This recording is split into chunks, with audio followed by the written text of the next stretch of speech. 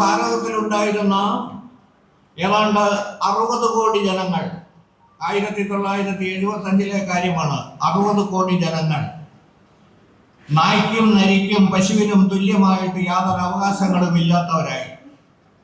Fundamental rights എന്ന് പറയുന്ന മൗലികാവകാശം ഒന്നുമില്ല. മൗലികാവകാശമില്ലാത്ത ഒരു ജനതയ്ക്ക് എന്താ പ്രത്യേകിച്ചുള്ളത്? അവർ മൃഗതുല്യരാണ്. ആ തരത്തിലുള്ള അടിയന്തരാവസ്ഥയിൽ ഇനി നമുക്ക് ഏറ്റവും ശത്രുതയോടെ കൂടി കാണേണ്ടുന്നത് ഏത് എന്ന് ആലോചിച്ചു. നമ്മുടെ പിടിയിൽപ്പെടാതെ നിൽക്കുന്നത് ജുഡീഷ്യറിയാണ്. അതുകൊണ്ട് ജുഡീഷ്യറിയെ നമുക്കൊന്ന് നിലയ്ക്ക് നിർത്തണം. അങ്ങനെ നിലയ്ക്ക് നിർത്താൻ തയ്യാറായിക്കൊണ്ട് സുപ്രീം കോടതിയിലുണ്ടായിരുന്ന 3 ജഡ്ജിമാര് പറഞ്ഞാൽ അനുസരിക്കുന്നവരാണ് എന്ന് ബോധ്യപ്പെട്ട ഇന്ദിരാഗാന്ധി ആ 3 പേരെയും മാറ്റി നിർത്തിക്കൊണ്ട് 4-മനെ സുപ്രീം കോടതിയുടെ ചീഫ് ജസ്റ്റിസാക്കി നിയമിച്ചു. അങ്ങനെ നിയമിച്ചപ്പോൾ ആത്മാഭിമാനമുണ്ടായിരുന്ന ആ 3 ജഡ്ജിമാർക്കും ഒരു കാരണവശാലും സുപ്രീം കോടതിയിൽ ഈ ജഡ്ജിയുടെ കീഴിൽ ഇരിക്കാൻ കഴിയാതെ അവരെന്ത് ചെയ്തു? അവർ രാജിവെച്ചു. അടിയന്തരാവസ്ഥ പ്രഖ്യാപിച്ചതിന്റെ 10-ാമത്തെ ദിവസം 25-ാം തീയതി അടിയന്തരാവസ്ഥ പ്രഖ്യാപിച്ചു. ജൂലൈ മാസത്തിൽ ആദ്യവാരത്തിൽ തന്നെ സംഘനിരോധനം ഏർപ്പെടുത്തി. നിരോധനം ഏർപ്പെടുത്തിയെന്ന് പറഞ്ഞു കഴിഞ്ഞാൽ ഏറ്റവും ശക്തമായി പ്രതികരിച്ചുകൊണ്ടിരുന്ന, ഏറ്റവും ശക്തമായി നിലനിന്നിരുന്ന സംഘത്തിന്റെ ഏറ്റവും പ്രധാനപ്പെട്ട സ്ഥലം കേരളമായിരുന്നു. ഏറ്റവും കൂടുതൽ പ്രവർത്തനം നടന്നിരുന്ന സ്ഥലം, നടന്നുകൊണ്ടിരിക്കുന്ന സ്ഥലം കേരളമായിരുന്നു. സത്യാഗ്രഹ സമരം നടത്തുന്നതിന് തീരുമാനമായി.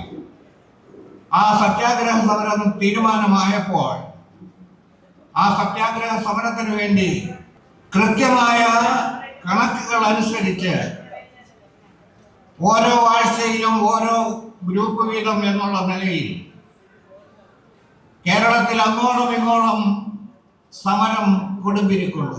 2 മാസത്തോളമാണ് നീണ്ടുനിന്നത്. ആ 2 മാസം എന്ന് പറയുന്നത് 8 ആഴ്ച. 8 ആഴ്ചയിൽ കേരളത്തിൽ അങ്ങോളം ഇങ്ങോളം ചെറുതും വലുതുമായ ഗ്രാമങ്ങളിൽ, പട്ടണങ്ങളിൽ, നഗരങ്ങളിൽ സംഘത്തിൽ കൂടിയുള്ള പ്രതികരണവും പ്രതിഷേധവും വന്നപ്പോൾ അതിനെതിരെ പ്രതികരിക്കാൻ തയ്യാറായിക്കൊണ്ട് കേരളത്തിൽ പ്രത്യേകിച്ച് പോലീസിനെ കയറൂരി വിട്ടപ്പോൾ നമുക്ക് കാണാൻ സാധിക്കുന്നത് അന്നത്തെ DGP, പേരെല്ലാവരും കേട്ടിട്ടുണ്ടാവും, ജയറാം പടിക്കൽ. അപ്പൊ ആ കുടുംബത്തിൽ താഴത്തേക്ക് ഒരു 4-5 പോലീസ് ഓഫീസർമാരുടെ പേരുകൾ നമ്മൾ ഓർമ്മയിൽ സൂക്ഷിക്കേണ്ടതാണ്. ഒരാളുടെ പേരാണ് ജയറാം പടിക്കൽ, മറ്റൊരാൾ K. ലക്ഷ്മണ, പിന്നൊരാൾ TV മധുസൂദനൻ. നമ്മുടെ തൊടുപുഴയും ഉണ്ടായിരുന്ന ഒരാൾ, ചിലർക്കെങ്കിലും ഓർമ്മയുണ്ടാവും, ആളുടെ പേര് മർവാണി ജോസഫ്, സെന്റ് ആൽബർട്ട് കാർത്തികേയൻ. ഇങ്ങനെ ഏറ്റവും നിഷ്ഠൂരമായി ഈ യുവാക്കളെ തല്ലാനും കൊല്ലാനും തയ്യാറെടുത്തു വന്ന അതിൽ പുലിക്കോടൻ നാരായണനാണ് മർദ്ദനത്തിൽ ഏറ്റവും മുൻപന്തിയിൽ നിന്നത്.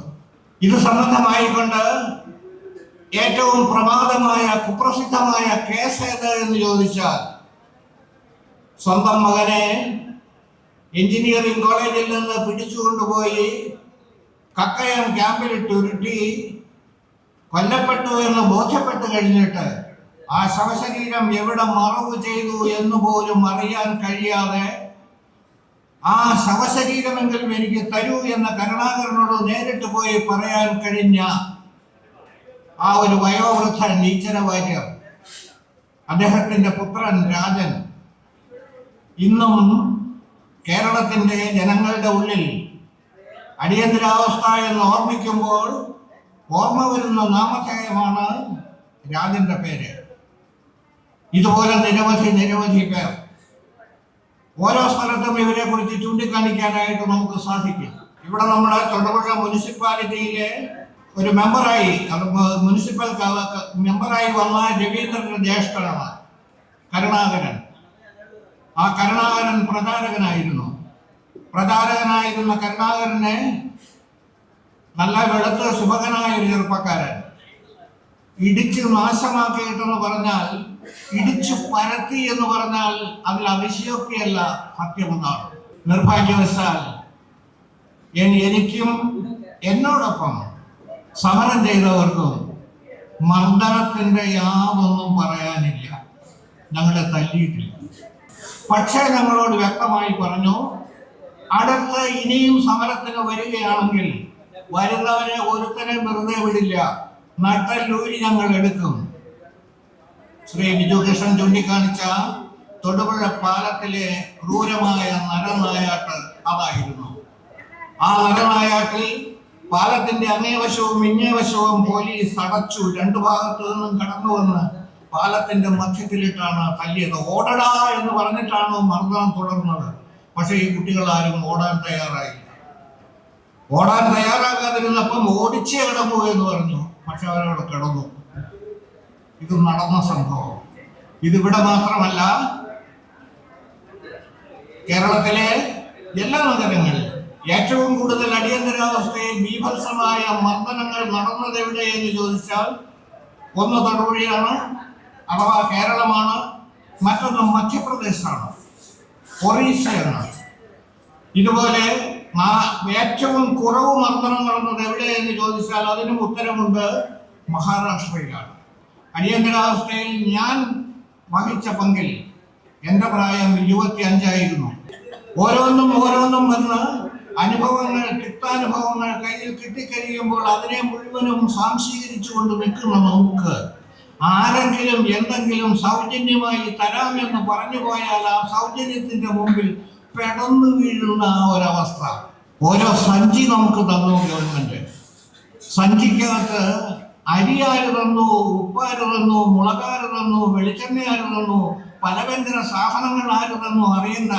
സഞ്ചി തന്നത് ഞങ്ങളുടെ വിജയനാണ്, അതുകൊണ്ട് ഞങ്ങൾ വിജയന്റെ കൂടെയാണ് എന്ന് പറയുന്ന അവസ്ഥയിൽ കേരളം തലയെടുക്കലാമ്പാട് പോയതിന്റെ തിക്താനുഭവം ഇപ്പോഴും നമ്മൾ അനുഭവിച്ചു കൊണ്ടിരിക്കുന്നു എന്ന വസ്തുത സാന്ദർഭികമായി ഞാൻ ചൂണ്ടിക്കാണിക്കുകയാണ്. അടിയന്തരാവസ്ഥ എന്ന് പറയുന്ന ഈ കരാളമായ ആ ഒരു രൂപഭാവഭാവാദികൾ ഉൾക്കൊള്ളുന്ന ഒരു സന്ദർഭം ഇനി ഒരിക്കലും ഒരാളുടെയും ജീവിതത്തിൽ ഉണ്ടാകാൻ ഇടവരാതിരിക്കട്ടെ എന്ന് പ്രാർത്ഥിച്ചുകൊണ്ട്